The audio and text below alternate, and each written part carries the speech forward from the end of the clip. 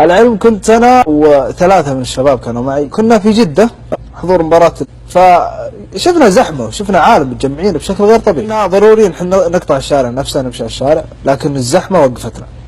حرمة مرت من قدام السيارة ووقفت على الرصيف، وكان وراها واحد يمشي وراها وكانت الجمعة عليهم، فهو راح لها لين وصل عندها، بعدين مسكها بالعباية وسحبها.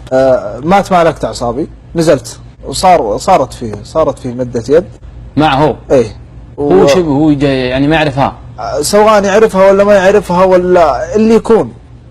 يعني انا مسكت العباية هذه ما تصير عندنا هنا، انا ما حكمت الا على اللي شفته، وقلت كلمة، قلت روحي يا مرة، سواء غلطانة ما هي غلطانة روحي يا مرة.